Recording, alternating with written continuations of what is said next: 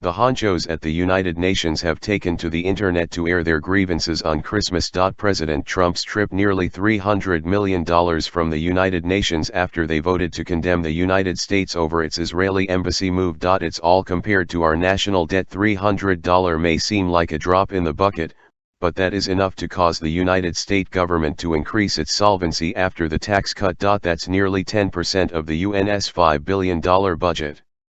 And guess who pays for most of it? Hint, not Palestine. So now the UN will have to make do with less. Doing God knows what. Just last week the mainstream media said that Donald Trump would not follow through on his threats, and analysts were saying that it was all hot air.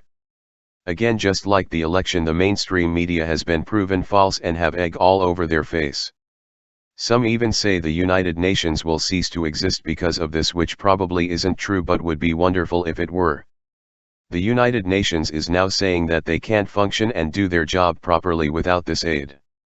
Democrats, as predicted, are saying this is a bad move. But weren't the Democrats the ones complaining about the national debt and Trump's tax cuts' impact upon it? Conservatives, however, are cheering rapturously.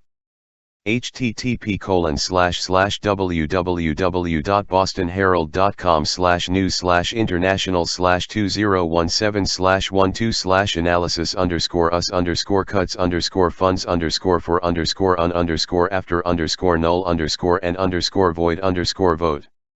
And that's not all. Nikki Haley, the United States ambassador to the United Nations, says this is just the tip of the iceberg, and Donald Trump has also hinted that there will be more budget cuts to come towards the United Nations. Growing up, I used to always see signs saying "Get out of the UN" painted on the roadside. It could have just been one man painting a few signs, or it could have been a lot of people agreeing. There are no polls right now to show our view on this. In my opinion, I believe that the United Nations is a big waste of time and money for the United States to engage in.